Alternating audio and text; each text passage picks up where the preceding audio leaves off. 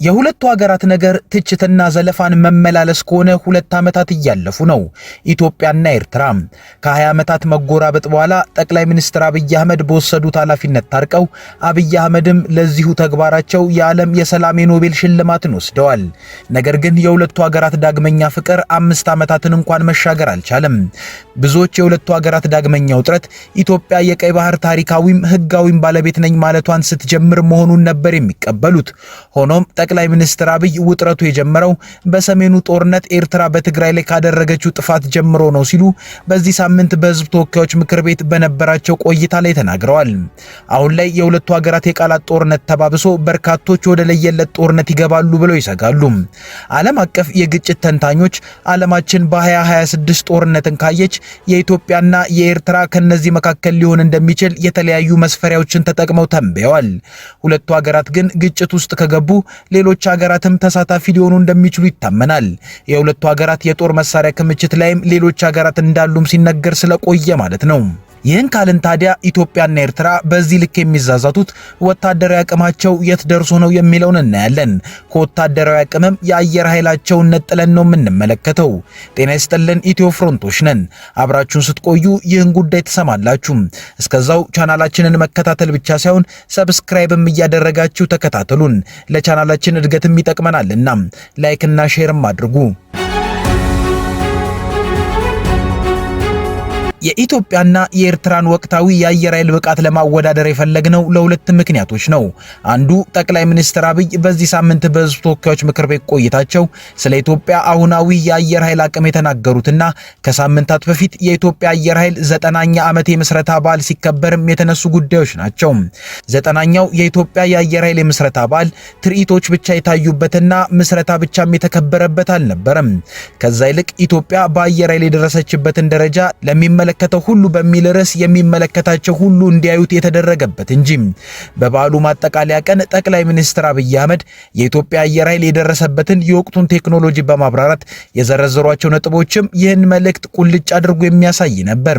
ጠቅላይ ሚኒስትሩ በዚህ የጡንቻችንን ተመልከቱ መዘርዝራቸው ባለፉት 5 ዓመታት አየር ኃይሉን በሪፎርም ለመለወጥና በቴክኖሎጂ ለማሳደግ ስራ መሰራቱን፣ ዛሬ ላይ ኢትዮጵያ ከአየር ጥቃት ራሷን ለመከላከል ከሚያስችል አቋም ደረጃ ላይ መድረሷን፣ በቀጣይ 5 ዓመታትም ይህን አቅም በእጥፍ ለማሳደግ መንግስት ግልጽ እቅድን አውጥቶ በጀት መድቦና ምንጭ ለይቶ ስራ መጀመሩንም ተናግረዋል። ዛሬ ላይ 4ኛው ትውልድ ቴክኖሎጂ ላይ የደረሰው አየር ኃይሉ በ2030 ወደ 5ኛ ትውልድ እንደሚሻገርም አንስተዋል። በንግግራቸው በቅርቡ በፓርላማ አድርገውት በነበረው ቆይታ የኢትዮጵያ የጦር አውሮፕላኖች ከ100 መብለጣቸውን ገልጸው ነበር። ጠቅላይ ሚኒስትሩ ከአየር ኃይል አንጻር ደረስንበት ያሉት እንደ ሀገር ያለውን ወታደራዊ አቅምንም ጭምር የሚገልጽ ነው። ይኸው ተገነባ የተባለው አቅምም ታዲያ የሀገራትን የጦር መሳሪያ አቅምን በማነጻጸር ደረጃ በሚሰጡ አጥኚዎች ማረጋገጫ የተገኘበት ስለመሆኑ መረጃዎች ያሳያሉ። 145 ሀገራትን በአጠቃላይ ወታደራዊ አቋማቸው ያነጻጸረው ግሎባል ፋየር ፓወር የአፍሪካ ቀንድ ሀገራት አየር ኃይል አቋምን ባላቸው መሳሪያና ዝግጁነት አወዳድሯል። እኛም ይህን መረጃ መሰረት ባደረገው ዘገባችን የኢትዮጵያና ኤርትራን የአየር ኃይል እንዲሁም አጠቃላይ የጦር መሳሪያ አቅምን በንጽጽር እንመለከታለን። በ9ኛው የአየር ኃይል በዓል ላይ ጠቅላይ ሚኒስትር አብይ ሚግ 29 ላይ የቆማችሁ ኋላ ቀሮች ወደፊትም መራመድ የተሳናችሁ ሲሉ መልእክት አስተላለፉላት የተባለችው ኤርትራ ወታደራዊ አቅምና ደረጃ ምን ላይ ነው የሚለውንም ከኢትዮጵያ አንጻር እንቃኛለን። አላት በሚባለው ደካማ የኢኮኖሚ እንቅስቃሴና አምባገነናዊ ስርዓት ምክንያት አፍሪካዊቷ ሰሜን ኮሪያ የሚል ተቀጽላ ስም የተለጠፈባት ኤርትራ በስርዓቷ ምክንያት የሰሜን ኮሪያን ስም ትውረስ እንጂ ያን ያክል ጠንካራ ወታደራዊ አቅም አላት ተብሎ ግን አይታመንም። እንዲያውም አቅሟን የማጣጣል ነገሮች ናቸው በብዙዎች ዘንድ የሚስተዋለው። በግሎባል ፋየር ፓወር መረጃ መሰረት ኤርትራ ያላትን የጦር መሳሪያ አቅምን በዚህ ዘገባ የምንመለከተው ይሆናል። ጥናቱ ለውድድር ሀገራት ያላቸውን አጠቃላይ ወታደራዊ ኃይል ወደ 60 በሚጠጉ መስፈርቶች አማካኝነት መዝግቦ ነጥብ ወይንም ፓወር ኢንዴክስ ሰጥቷቸዋል። ከግምት ውስጥ ከገቡ መስፈርቶች መካከል ወታደራዊ ቁመና፣ የፋይናንስ አቅምና ሎጂስቲክ ይጠቀሳሉ። የአየር ኃይሎችን ጥንካሬ እንዲሁም የመሳሪያ ክምችትና ዝግጁነትን ለማነጻጸር 9 ዝርዝሮች ቀርበዋል። ከነዚህ መካከል አጠቃላይ የአውሮፕላን ብዛት፣ ተዋጊዎችና የተዋጊዎች አይነት ይጠቀሳሉ። አውሮፕላኖችና ሰው አልባ አውሮፕላኖች ወይንም ድሮኖችን ጨምሮ ሌሎችም የአየር ኃይል መሳሪያዎች እንዲሁ የተዋጊዎች ማሰልጠኛ አውሮፕላኖችም ይገኛሉ። ይገኙበታል። በተጨማሪም ልዩ ተልዕኮ የሚፈጽሙ አውሮፕላኖች ስፔሻል ሚሽን እና የተዋጊ አውሮፕላኖች ነዳጅ ጫኝ አመላላሽ ታከር ፍሊት ተካተዋል። በመጨረሻም ሄሊኮፕተሮችና ጥቃት የሚፈጽሙ ሄሊኮፕተሮች አታክ ሄሊኮፕተርስ በዝርዝሩም ተጠቅሰዋል። ወደ ንጽጽሩ እንግባ። ኢትዮጵያ ከ145 ሀገራት መካከል በወታደራዊ አቅም 47ኛ ደረጃ ላይ ስትገኝ፣ ኤርትራ ደግሞ 119ኛ ደረጃ ላይ ናት። በአጠቃላይ የአየር ኃይል አውሮፕላኖች መጠን ኢትዮጵያ 104 ሲኖራት ኤርትራ ደግሞ 20 ብቻ አላት። ይህም ኢትዮጵያ ከ145 ሀገራት 66ኛ ደረጃን ሲያሰጣት ኤርትራን ደግሞ 97ኛ ደረጃ ላይ ተቀምጣለች። ግሎባል ፋየር ፓወር ባስቀመጠው በእያንዳንዱ ዝርዝሮች ላይ ዝግጁነትን ወይንም ሬዲነስን ይመዝናል። ዝግጁነት የሚለካው ከአሜሪካ አየር ኃይል 75 በመቶ አማካይ ነጥብ አንጻር እንደሆነ ድረገጹ ይጠቁማል። ይህም አጠቃላይ የሰራዊት ዝግጁነት፣ የመሳሪያ ዘመናዊነት፣ የመሳሪያ እድሳትና የመሳሰሉትን የሚያካትት ነው። ሀገራት ካላቸው አጠቃላይ የአየር ኃይል መሳሪያ አንጻር እያንዳንዱ አይነት ምን ያህሉን ድርሻ እንደሚሸፍን ለመጠቆም በመቶኛ ተሰልቶ ተቀምጧል።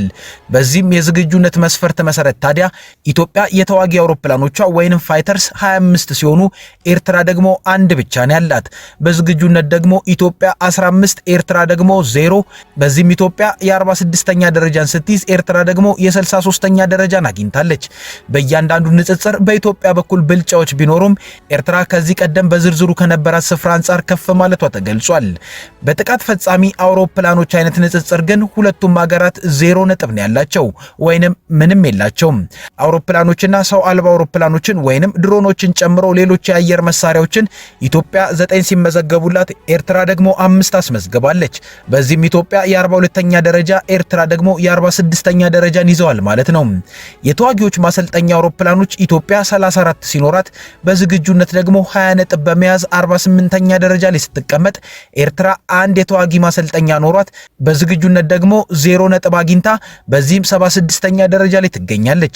ልዩ ተልዕኮ የሚፈጽሙ አውሮፕላኖችና የአውሮፕላን ነዳጅ ጫኝ አመላላሽ ዘርፍ ሁለቱም ሀገራት ምንም የላቸውም በሚል ተመዝግበው 0 ነጥብም ተመዝግቦባቸዋል። በሄሊኮፕተሮች ኢትዮጵያ 33 ኤርትራ ደግሞ 13። በዚህ ዝግጅት ኢትዮጵያ 20 ነጥብ ሲሰጣት ኤርትራ ደግሞ 5 ነጥብ አግኝታለች። በደረጃም ኢትዮጵያ 67ኛ ኤርትራ 83ኛ ደረጃ ላይ ተቀምጠዋል። ኢትዮጵያ ጥቃት የሚፈጽሙ 7 ሄሊኮፕተሮች ሲኖራት ኤርትራ ደግሞ 6 ተመዝግቦላታል። በዚህም ኢትዮጵያ 38ኛ ኤርትራ ደግሞ 39ኛ ደረጃን ይዘዋል። የ2026 ግሎባል ፋየር ፓወር የሀገራት ወታደራዊ አቅም ደረጃ ዝርዝር ውስጥ ከ54ቱ የአፍሪካ ሀገራት 38ቱ ብቻ የተካተቱ ሲሆን የኢትዮጵያ ጎረቤት የሆነችው ጅቡቲ ካልተካተቱት ውስጥ ናት። በአጠቃላይ ወታደራዊ አቅም ሲታይ ከአፍሪካ ከ1 እስከ 5ኛ ደረጃ ላይ የሚገኙት ግብጽ፣ አልጄሪያ፣ ናይጄሪያ፣ ደቡብ አፍሪካና ኢትዮጵያ ናቸው። ከጎረቤት ሀገራት መካከል ከአፍሪካ በወታደራዊ አቅም ጥንካሬ ሱዳን 9ኛ፣ ኬንያ 12ኛ፣ ደቡብ ሱዳን 23ኛ፣ ኤርትራ 25ኛና ሶማሊያ 34ኛ ደረጃ ላይ ይገኛሉ። ለ20 ዓመታት ሰላምም ጦርነትም የለም በሚባልበት ሁኔታ ላይ ቆይተው በኢትዮጵያ በተደረገ ለውጥ ማግስት ወደ እርቅ መጥተው አዲስ ሙሽራ የተጫወቱት ኢትዮጵያና ኤርትራ የጫጉላ ጊዜያቸው ሳይጠናቀቅ ነበር በህዋትና ኢትዮጵያ ባነሳቸው የቀይ ባህር አጀንዳ ምክንያት ወደ ቅራኔ የገቡት። ይህው ቅራኔያቸው ዛሬ ላይ ሁለቱ ሀገራት በጦርነቱ ዋዜማ ላይ እንዳሉ ሀገራት የመተነኳኮስ ጨዋታዎችን ከጀመሩ ሰነባብተዋል። መሪዎቻቸውም በግልጽ ቋንቋ በመገናኛ ብዙሃኖቻቸው መወራረፍና መሰዳደብን ከጀመሩም ቆይተዋል። ይህም የጦርነት መቃረም ማሳያ ተደርጎ ተወስዷል። በሁለቱ ሀገራት መካከል አለ ተብሎ በብዙዎች ዘንድ የሚገመተው የኢኮኖሚና ወታደራዊ አቅም ልዩነት ታዲያ ብዙ ጊዜ ኢትዮጵያ ያለ ከባድ መስዋዕትነት በኤርትራ ላይ ድል ለመቀዳጀት እንደሚያስችላት በብዙዎች ዘንድ ሲነገር ይሰማል።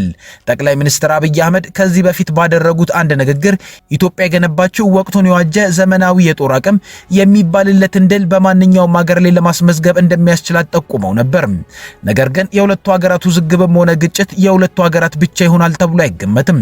ምክንያቱም አሁን ላይ የአፍሪካ ቀንድ በባለ ብዙ ፍላጎት ኃይላት የተሞላ እንደመሆኑ በሚፈጥሩ ግጭቶችም የሌሎች ሀገራት እጅ በቀላሉ ለመግባት የቀረበ ነው። ኤርትራ ከኢትዮጵያ ጋር ውጥረት ውስጥ ከገባች በኋላ እንደ ሳውዲ አረቢያ ካሉ ሀገራት ጋር ግንኙነቷን አጥብቃለች።